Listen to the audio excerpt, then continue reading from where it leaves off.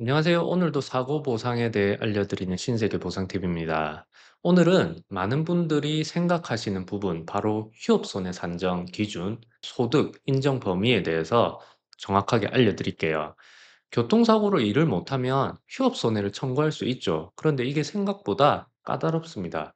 보험사는 실제 수익 감소가 있었는지를 꼼꼼하게 따집니다. 실제 소득이 증명되는 경우에는 약관에는 이렇게 규정되어 있어요.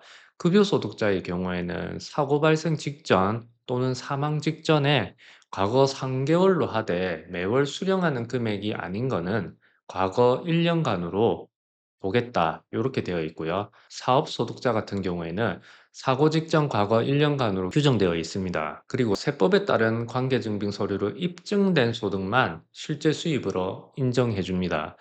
예를 들어서 급여 명세서, 소득금액 증명원, 갑종근로소득 원천징수 같은 걸 제출을 하시면 실제 세후 소득의 85%까지 휴업손해로 인정해 주고 있습니다.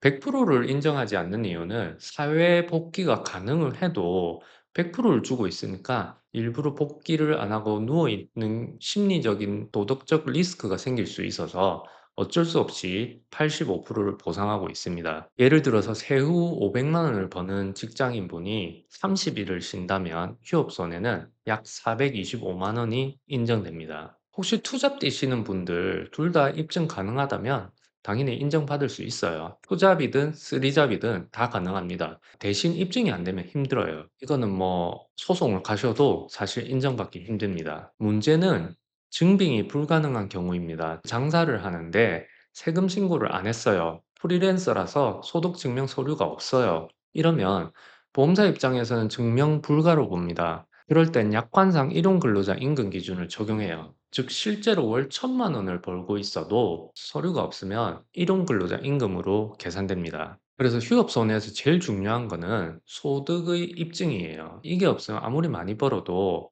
일용근로자 임금이 적용됩니다. 저는 인정해 주던데요. 이렇게 얘기하시는 분도 있지만 그게 제가 얘기 드리는 부분은 원칙이 그러하다는 겁니다. 예를 들어서 소득이 얼마 안 되고 보험사에서 인정을 해서라도 합의할 의사가 있을 때는 인정하고 해주는 거죠. 그렇게 해도 보상팀에서 실적상 큰 무리가 없을 때는 콜하는 겁니다. 가사 종사자와 무직자에 대해서도 좀 알려드릴게요. 주부라고 해서 소득이 없어서 못 받는 거 아닙니다.